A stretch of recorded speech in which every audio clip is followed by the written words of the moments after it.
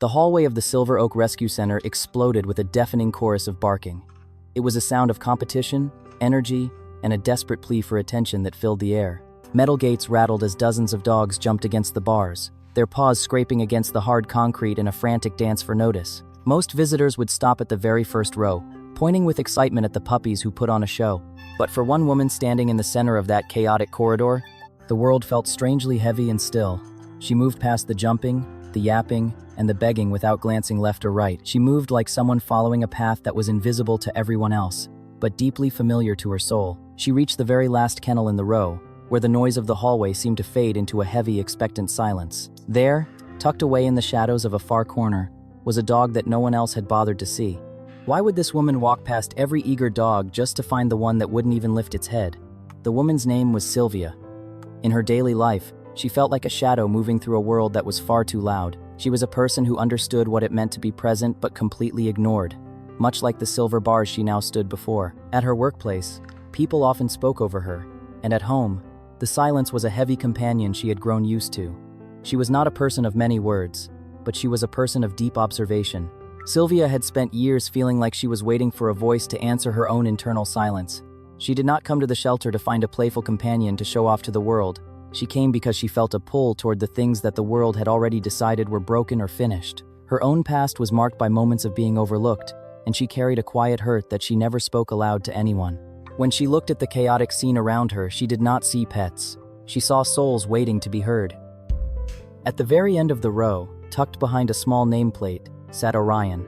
He was a Dalmatian puppy, but he did not look like the energetic, spotted dog seen in movies. He was thin, so thin that his ribs were clearly visible beneath his white and black fur. He sat at the very back of the enclosure, staring at the floor with eyes that carried a kind of emptiness that experienced workers recognized as a dog shutting down. An untouched bowl of food sat beside him, cold and ignored. Every other dog in the facility had barked or lunged at Sylvia as she passed, but Orion did not even lift his head. The staff had warned her that he was unpredictable and had stopped reacting to humans altogether. But as Sylvia stepped closer to the metal bars, something impossible happened. The hallway remained loud and chaotic, but between the woman and the dog, a strange stillness formed. For the first time in weeks, Orion slowly lifted his head and looked directly at Sylvia with genuine attention. It was a gaze that suggested he had been waiting for her specifically. The shelter manager, an older woman who had seen many tragedies, pulled Orion's file and explained the harsh reality.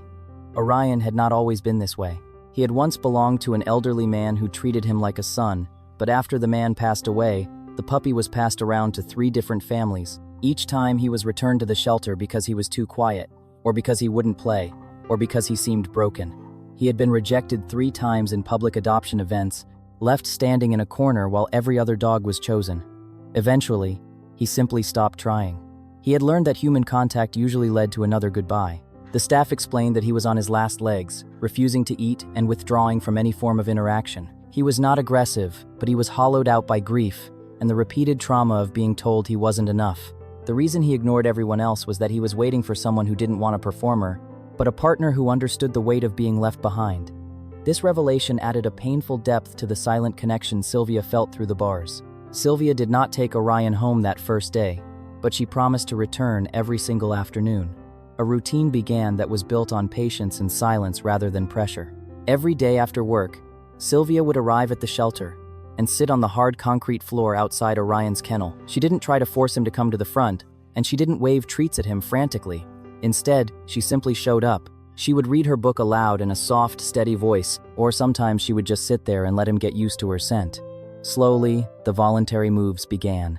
By the second week, Orion moved from the back of the cage to the middle. By the third week, he was sitting right against the bars, waiting for her before she even entered the hallway. Sylvia began feeding him small pieces of food from her hand, a task that required her to be completely still and gentle. For the first time since his arrival, the food bowl began to empty. The staff watched the security footage with disbelief, seeing the dog who had refused every meal finally accept life from Sylvia's palm. Little by little, the vacant look in his eyes began to fade, replaced by a spark of recognition. They were 2 souls learning the language of trust again, one quiet afternoon at a time. The progress was not a miracle, but a slow, intentional repair of a shattered heart. The turning point came on a rainy Tuesday afternoon when a sudden, loud clap of thunder shook the entire shelter building. Many of the dogs began to howl and panic, slamming their bodies against the gates. Orion, whose trauma was rooted in fear and instability, began to shake violently, his legs giving out beneath him as he retreated to the dark corner. Sylvia didn't hesitate. She asked the volunteer to open the gate immediately. As she stepped inside the kennel, she didn't grab him or shout. She simply knelt down on the floor and opened her arms. For a long minute, Orion stayed frozen. Then, with a small, broken whimper, he crawled across the floor and buried his head in Sylvia's lap. It was the first time he had allowed anyone to touch him without flinching. Sylvia wrapped her arms around his thin frame and whispered that he was safe, and that she was never going to leave him behind again. In that moment, the dog's tail moved. It was a slow, steady wag against the concrete floor, a sound that signaled the end of his 731 days of waiting. For the first time in years, Sylvia felt her own voice grow strong as she realized she was no longer just a shadow. She was someone's entire world. A few days later, the paperwork was finally ready. Sylvia walked into the shelter one last time, but she wasn't carrying a book. She was carrying a new collar and a leash. As the gate opened, Orion didn't need to be led. He walked directly to Sylvia's left side and sat down, perfectly positioned and perfectly still. The staff lined up in the hallway to say goodbye, many of them in tears as they watched the dog who was once called Broken walk toward the exit with his head held high. As they stepped outside into the natural daylight, Orion lifted his nose and took in the fresh air for the first time in months. He didn't look back at the silver bars or the loud corridor. He only looked at Sylvia. They walked across the parking lot together, a woman who had found her voice and a dog who had found his home. In the end, they didn't just save each other, they gave each other a reason to keep moving forward.